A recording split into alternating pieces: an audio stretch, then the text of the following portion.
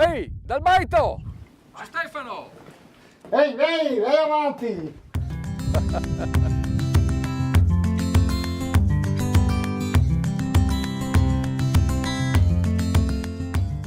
Io 50 anni che sono qua e non ho mai sentito nessuno domandare permesso di un baita. Mai.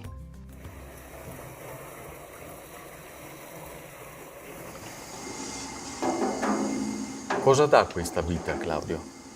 Famiglia dà un ritorno ai valori antichi di una volta, l'attaccamento soprattutto alla terra nostra, ma anche alla terra nel senso di quella che è la realtà, cioè non c'è niente di virtuale qua, siamo tutti reali.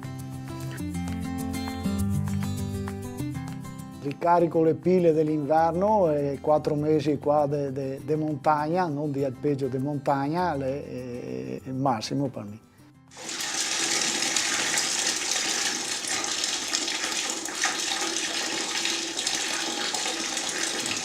Non so, forse sarà che mi divento vecchio e mi dà l'impressione di sentire delle robe, ma qua, conforme a dove va a pascolare le vacche, si sente anche il profumo diverso dal posto dove viene a pascolare.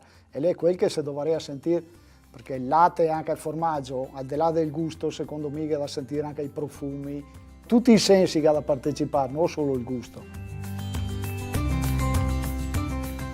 Lei si sente fortunato a vivere qui? Più che fortunato.